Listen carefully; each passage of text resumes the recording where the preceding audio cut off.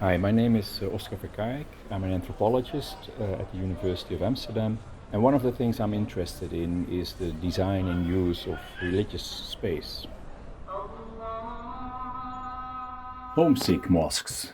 That was the term that stuck with me when I became interested in new religious buildings, mainly in Europe, mosques and synagogues. Homesick mosques. It was a term popular among some architects who used it as a pejorative term. All mosques look alike, they seem to say.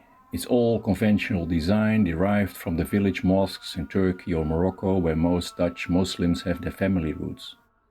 They, the architects that is, sensed a lack of innovation and a will to integrate and adapt to a new and secular society. Once I began to visit new mosque buildings, things turned out to be not that simple. Many new mosques do not resemble the mosque from Anatolia or the Rif Mountains. I met mosque commissioners and architects who did experiment with new form. But still there was something intriguing about the interior and the exterior. Buildings that looked innovative from the outside still look very familiar from the inside.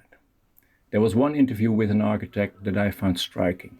As an architect, he said, you can do whatever you want on the outside, but inside the people want a real mosque. I asked what a real mosque looked like. He said, something that they are familiar with. Okay, I thought, so homesickness after all?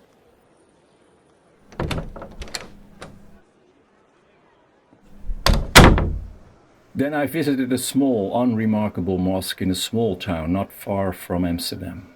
Airplanes heading for Schiphol Airport were flying over our heads when I talked to the chairman of the mosque. From the outside, the building hardly looked like a mosque. It could have been a library or a school building, except for a small minaret that had a pointed roof that made it look like a Chinese church tower. We don't want to stand out too much, the man explained. We don't want to attract too much attention. Then he took me inside, and there it was again. Carpets, a mihrab, filtered light coming in from a small dome that had been invisible from the outside. It was another version of the universal mosque design. I asked, why do mosques all have the same atmosphere? He said, it makes us feel at home. Maybe you know the feeling when you come home after a long day of work. You put off your shoes, your tie, perhaps you pour yourself a drink. Everything feels familiar. You don't have to search for anything. You can breathe out and feel at ease. I answered that I knew that feeling. And then he continued, wherever we go, as long as there is a mosque, we know that there is a place where we can rest our bones and relax. That answer has stuck with me ever since. The interior of mosques look like they do, not so much because they remind people of their place of origin, not so much because of homesickness, but because they allow people to feel at home wherever they go.